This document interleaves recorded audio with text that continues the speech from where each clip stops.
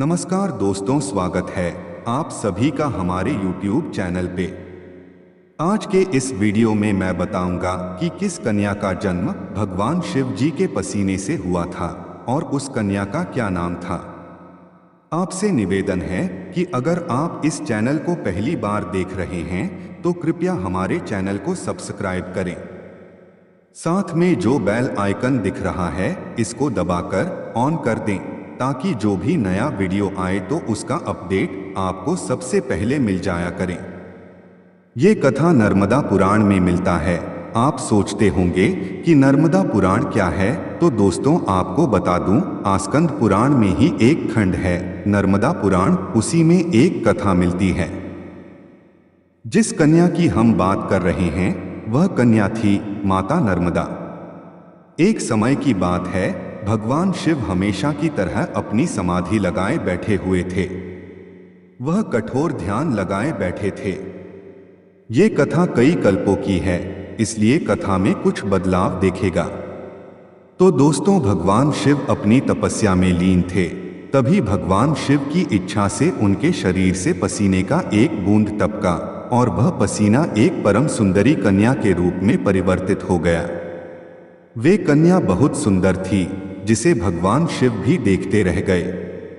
सुंदरी को देखकर माता पार्वती भी विस्मृत हो गई।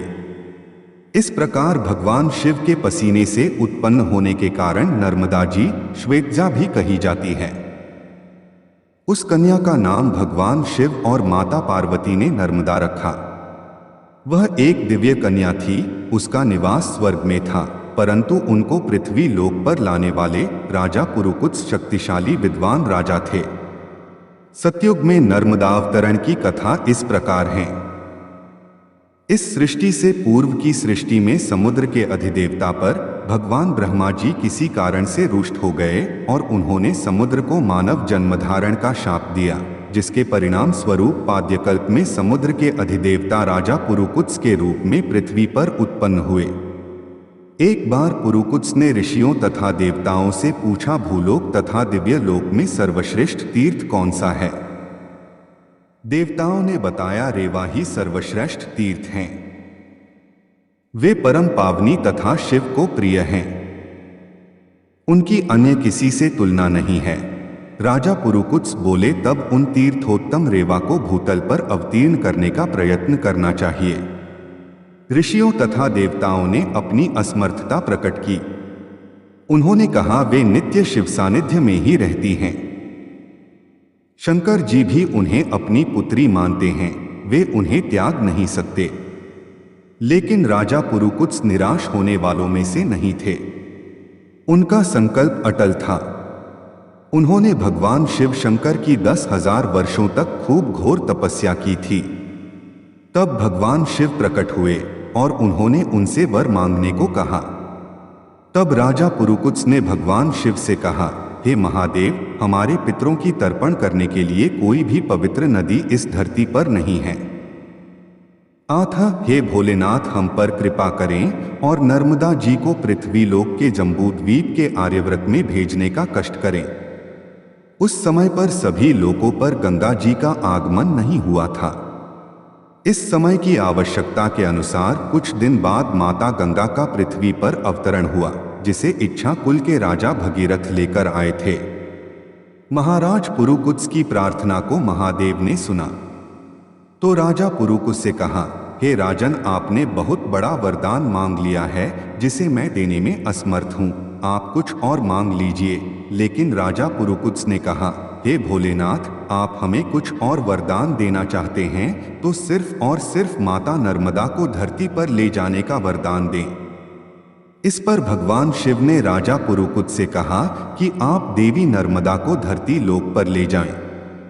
भगवान शिव ने माता नर्मदा को बुलाया और उनसे कहा, हे पुत्री, आपकी पृथ्वी लोक पर जाओ और जन कल्याण का कार्य करो, दुखियों के दुख को दूर करो।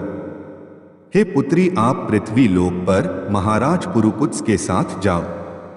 इस बात को सुनकर माता नर्मदा जी बोली, पृथ्वी पर मुझे कोई धारण करने वाला हो और आप भी मेरे समीप रहेंगे तो मैं भूतल पर उतर सकती हूँ। शिव जी ने स्वीकार किया कि वे सर्वत्र नर्मदा की सन्निधि में रहेंगे तथा नर्मदा का पावन तट शिव क्षेत्र कहलाएगा। जब भगवान शिव ने पर्वतों को आज्ञा दी तो उन्होंने नर्मदा मैया के प्रचंड वेग को धारण करना स्वीकार किया। पर्यंत पर्वत ने नर्मदा के मेकल नाम को धारण किया। उस पर्वत की चोटी से बांस के पेड़ के अंदर से मां नर्मदा प्रकट हुई। इसी कारण इनका एक नाम मेकल सुता हो गया। देवताओं ने आकर प्रार्थना की कि यदि आप हमारा स्पर्श करेंगी तो हम लोग भी पवित्र हो जाएंगे।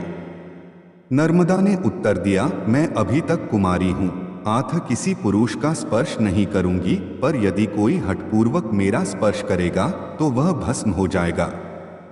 आथ आप लोग पहले मेरे लिए उपयुक्त पुरुष का विधान करें। देवताओं ने बताया कि राजा पुरुकुत्स आपके सर्वथा योग्य हैं। वे समुद्र देव के अवतार हैं तथा नदियों के नित्यपति समुद्र ही हैं। वे तो साक्षात नारायण के अंग से उत्पन्न उन्हीं के अंश हैं। आथ आप उन्हीं का वरण करें। नर्मदा ने राजा पुरुकुत्स को पति रूप में वरण कर लिया। फिर राजा की आज्ञा से नर्मदा ने अपने जल से देवताओं को पवित्र किया।